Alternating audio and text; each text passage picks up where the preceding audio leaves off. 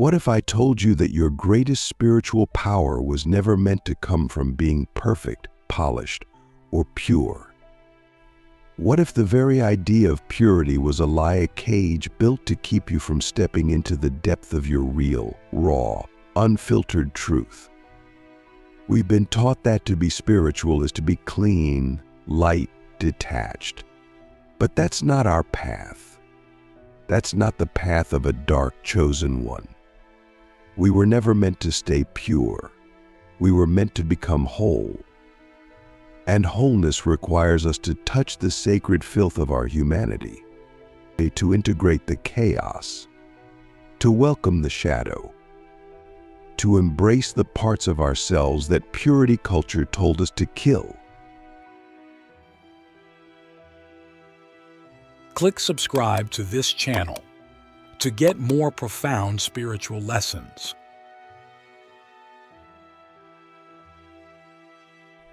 Let's get real. When you first step on the spiritual path, it feels like you're supposed to leave everything behind: your anger, your sexuality, your ambition, your grief. You're told to ascend, to rise, to detach. But what if the real path was never about escaping the world but descending deeper into it? What if your soul didn't come here to float above life, but to meet it fully, to feel everything, to taste the blood and the bliss, to hold both light and dark in the same breath? This is the paradox nobody wants to talk about. You were chosen not because you were pure, but because you were powerful enough to hold impurity without being destroyed by it. The dark chosen ones are not the ones who avoid the fire. We are the ones who walk into it and come out carrying the ashes of truth. We are not here to be examples of perfection. We are here to be portals of permission. Living proof that you can be messy, angry, wild, sensual, broken, and still be holy. Still be divine. Still be worthy of your calling. But let me ask you something deep. What parts of yourself have you exiled in the name of being good? What desires, what memories, what instincts have you buried because they didn't fit the image of who you thought you had to be loved, accepted, or enlightened? Because those parts aren't just wounds. They're codes. They are the missing pieces of your power. And until you reclaim them, you will always feel like something's missing, because it is. We were never meant to be sanitized. We were meant to be sovereign. And sovereignty doesn't come from denial. It comes from integration, from being so honest with yourself that nothing is hidden. Nothing is off limits. Nothing is forbidden. That's what makes a dark, chosen one different. We don't just love our light, we honor our darkness. We don't just seek peace, we wield chaos as a creative force. We don't just preach truth, we embody paradox. I remember the moment I realized I was never meant to stay pure. I was in deep meditation, trying to cleanse my energy, trying to ascend. And something inside me snapped. I heard a voice not from outside, but from the bone marrow of my soul. It said, "Stop trying to leave. You came here for all of it." And I wept, not because I was broken, but because I had been trying to abandon the very parts of me that held my medicine. That's when I stopped running. That's when I turned toward the fire. And that's when everything changed. The world will always try to make you small by telling you to be good. But you weren't born to be good. You were born to be true. And truth is not always clean. Truth is not always pretty. truth is a wild animal. It doesn't care about your image. It wants your essence. And when you finally surrender to that, when you stop filtering yourself to be accepted, you unlock a power that no ritual, no mantra, no guru can give you. You become your own initiation. And yes, it's terrifying, because to walk this path means you will lose things. You will lose people who only loved your light. You will lose identities that made you feel safe. You will lose illusions that kept you numb. But what you gain yourself, fully, finally. And with that comes a freedom and a force that can bend reality itself. But this isn't about rebellion for the sake of rebellion. This is about reclamation. Reclaiming your body as sacred. Reclaiming your emotions as intelligence. Reclaiming your shadow as divine design. Because the truth is, every part of you has a role to play. Your rage is your sword. Your grief is your gateway. Your lust is your life force. Your confusion is the question that leads to your next evolution. Nothing is wasted. Nothing is shameful. Nothing is too much. You are not too much. So let me ask you now, if you stopped trying to be pure, who would you become? If you allowed your full self to exist unfiltered, unedited, unashamed, what kind of world would you create? What kind of leader would you be? What kind of love would you allow yourself to receive? That's not a hypothetical. That's your destiny waiting for you to say yes. And when you say yes, not just once, but every day, you start to feel a shift. You no longer wake up trying to be spiritual. You are spiritual.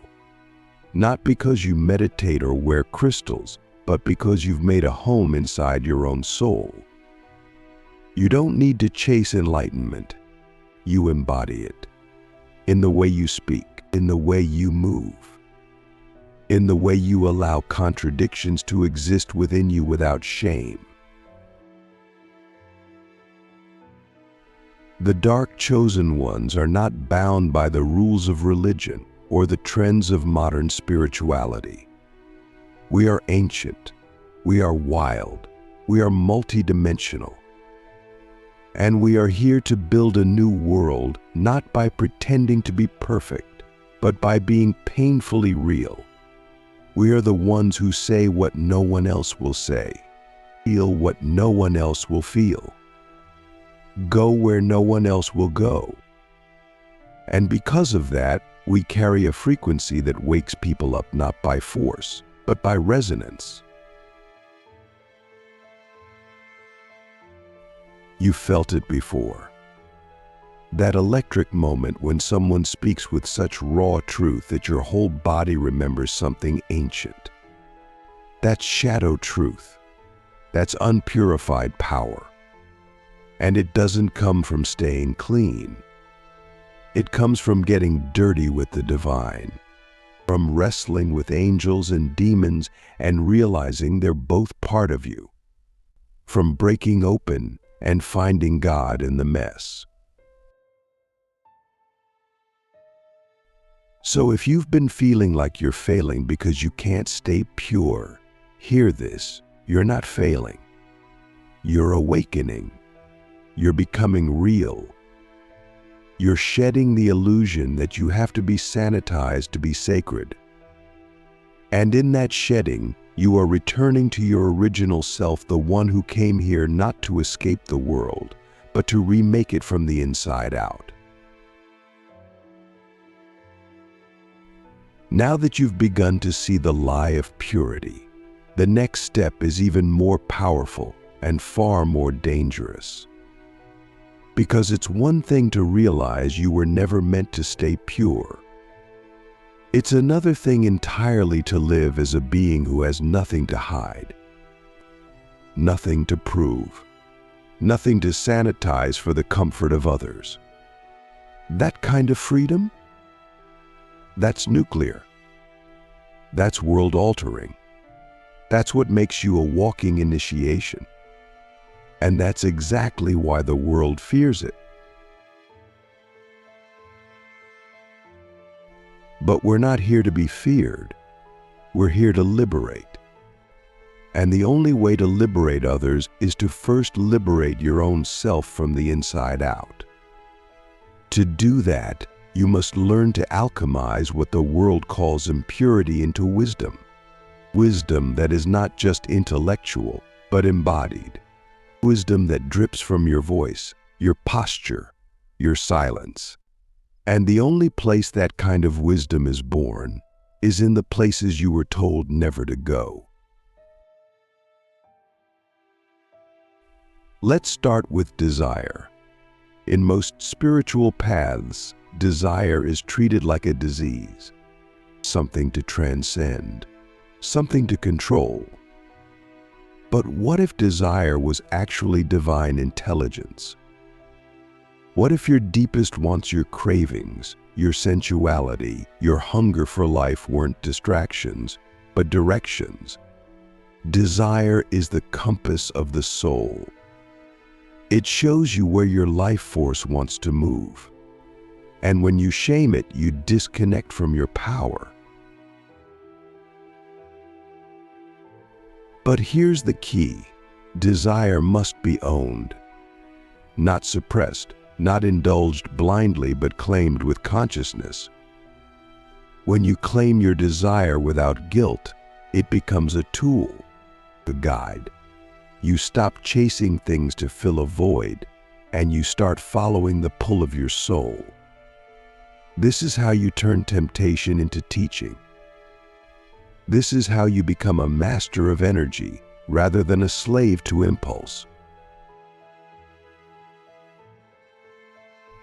Now let's talk about rage, another so-called impurity, another energy that's been demonized. But rage isn't evil. Rage is the immune system of the soul. It rises when something sacred is being violated, your truth, your boundaries, your purpose. And when you suppress it, you suppress your clarity, your voice, your fire. But unprocessed rage mutates into resentment, bitterness, self-hate. So how do we alchemize rage into wisdom? We listen to it. We stop moralizing it. We stop trying to make it polite. We let it speak not through destruction, but through direction. Rage says, this is not okay. Rage says, something must change. And when you channel that message into art, into activism, into presence, you become unstoppable. Your anger becomes sacred, not because it's quiet, but because it's true. And then there's grief, the heaviest shadow of all. The one we're taught to hide, rush through, or numb. But grief is holy. Grief is the sign that you loved, that you cared, that you were here. And in a world that wants you to be detached, grief is rebellion. Grief is proof that you are still alive, still feeling, still human. And when you allow yourself to grieve without shame, you become a vessel for global healing. The dark chosen ones are not just individuals, they are portals. And your grief is not just yours. It's ancestral. It's collective. It's cosmic. When you weep, you're not just crying for yourself. You're crying for every soul that was told to stay silent, every child that had to grow up too fast, every warrior who never came home. You alchemize grief by feeling it all the way through. No analysis, no performance, just presence. And in that presence, grief becomes grace. So now you've seen how to work with desire, rage, and grief. But there's another layer, a deeper layer, and that's shame. The root of all distortion, the glue that holds the illusion of impurity together. Shame is never yours. It's inherited. It's implanted.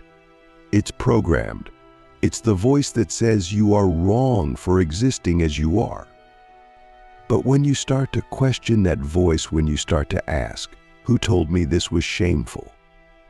And what were they trying to control? You begin to dismantle the machine. The moment you realize that your shame was never yours, something massive unlocks. You stop trying to be worthy. You stop trying to earn your space. You just exist, loudly, boldly, freely. And in that existence, you become dangerous not to people, but to systems, to illusions, to the false gods of perfection and purity. Because when shame dies, sovereignty is born, and a sovereign soul cannot be controlled. So how do we lead with our whole self? We stop separating. We stop compartmentalizing. We bring all of it to the table. We speak from our scars, not just our successes. We let people see the process, not just the outcome.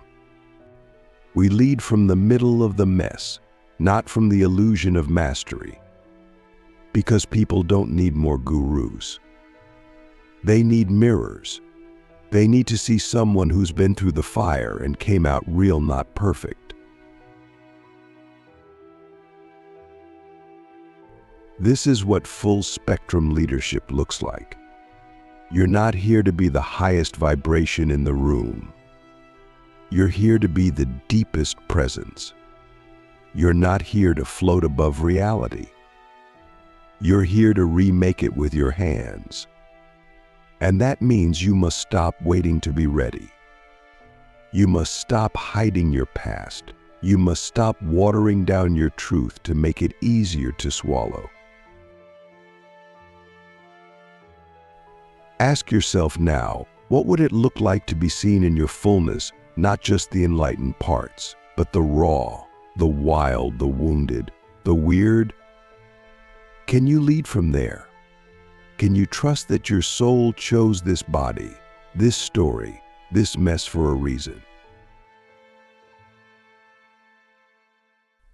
Because when you do, when you finally own all of it, you become a magnet for others who are ready to do the same. You create spaces where people don't have to hide. You become the permission slip for others to be free. Not because you're perfect, but because you're present. That's what makes you a leader. That's what makes you chosen. And yes, it's risky. You will be misunderstood. You will be judged. You will be labeled too much by people still trying to stay small. But every time you stay true to yourself in the face of judgment, you punch a hole in the matrix. You rewrite the field. You create a new timeline. And eventually, your frequency becomes undeniable. Now we arrive at the final threshold. You've stripped away the illusion of purity. You've reclaimed your shadow. You've started to lead with your full self, unfiltered, unashamed, unedited. But now the question becomes, what do you do with this power? What do you build now that you're no longer pretending to be someone you're not? Because this isn't just about your healing. This is about your legacy. your impact, your role in the recreation of the world itself. You see, the dark chosen ones were never meant to just awaken, we were meant to architect the new. And not in theory, not in fantasy, but in form, in systems, in structures, in movements, in relationships, in economies, in art, in how we love, how we laid, how we lid. But here's the part most people miss. You can't build something new using the tools of the old world. You can't create sacred systems from sanitized selves. You must bring your whole being into the blueprint. That means your trauma, your rage, your grief, your joy, your divinity, all of it must be encoded into what you create. Because the world doesn't need more perfect systems. It needs living systems. Systems that breathe, evolve, feel. And only those who have walked through the depths of shadow can build those kinds of structures. Because only we have seen what's missing. Only we have felt the fractures from the inside. So how do we build from the shadow? First, we tell the truth. In our businesses, in our art, in our relationships, in our leadership. Truth is the cornerstone of every system that will survive what's coming. And that truth has to be felt, not just spoken. That means no more branding over being. No more strategies that betray your soul. No more relationships that are pretty on the outside but dead on the inside. If it doesn't feel real, it's not sustainable. Ask yourself, where in my life am I still building from fear? From image? From what will get me approval instead of what will set me free? That's the first demolition. Because before you can build sacred systems, you must destroy the false ones. And that takes courage.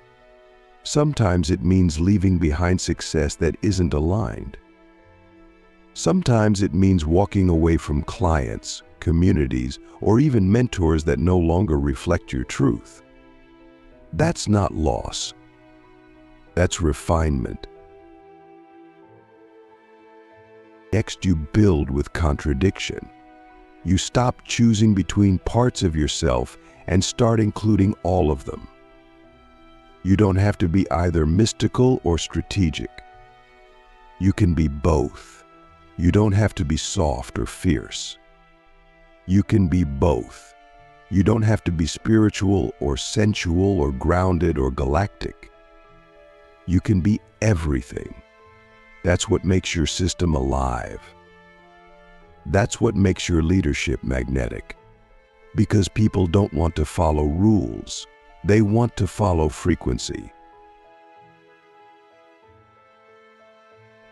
When you lead from the wholeness of your being, you give others permission to do the same. You create spaces where people don't have to fragment themselves to belong. That's a sacred system. That's a living temple. That's a new world being born not through revolution, but through revelation. Through the revelation of what becomes possible when we stop hiding and start creating from truth. And this truth must enter every layer of your life. Your calendar, your conversations, your contracts, your content. It must drip from your voice, your presence, your silence. Because you're not just building systems, you are the system. Your nervous system is the foundation. Your frequency is the blueprint. Your embodiment is the message. So if you want to build something that lasts, you must live it first. That's the part most people skip. They want to launch the thing, write the book, start the movement, but they don't want to become the frequency required to hold it. But you've already walked through fire. You've already died 1,000 deaths. You are ready. Not because you're perfect, but because you're honest. Because you've stopped lying to yourself. Because you've stopped trying to be light and chosen instead to be real. And when you build from that place, something miraculous happens. The universe starts conspiring with you. You stop chasing. You start attracting. You stop forcing. You start flowing. You stop strategizing. You start transmitting. Your life becomes an offering. Your work becomes a spell. Your presence becomes a portal. And everything you touch carries the code of liberation.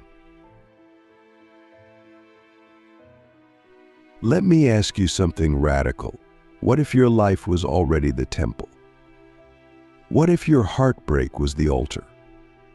What if your failures were the prayers? What if your mess was the initiation the world needed to witness? Stop waiting for the right time. Stop waiting to be more healed. Start building from this exact version of you. Because this version, this is the one the world needs. The dark chosen ones don't wait for the world to be ready. We build the world we know is possible, even if no one else can see it yet. Even if we have to walk alone for a while. Even if we are misunderstood, doubted, or dismissed. That's the path. That's the price. But the reward is freedom. The reward is watching your truth ripple out and awaken others. The reward is living a life so aligned that it becomes unforgettable. This is how we birth the new world. Not through conformity, not through purity, but through presence. Through the full spectrum truth of who we are. And when enough of us live that way, when enough of us stop pretending and start creating, the old systems won't be able to hold. They will collapse under the weight of our authenticity. And in their place, we will build temples of truth, networks of sovereignty, economies of soul, relationships rooted in reverence, art that speaks to the bones of humanity. You are not here to fit in. You are here to recode reality. You are not here to be pure. You are here to be whole. You are not here to be light. You are here to be legendary.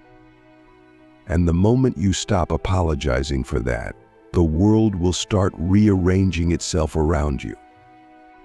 So this is your final initiation. No more hiding. No more shrinking. No more waiting. You are not too much. You are just enough to build what no one else can build. Because no one else has walked your path. No one else has held your pain. No one else carries your exact frequency. You are the architect. You are the message. You are the movement.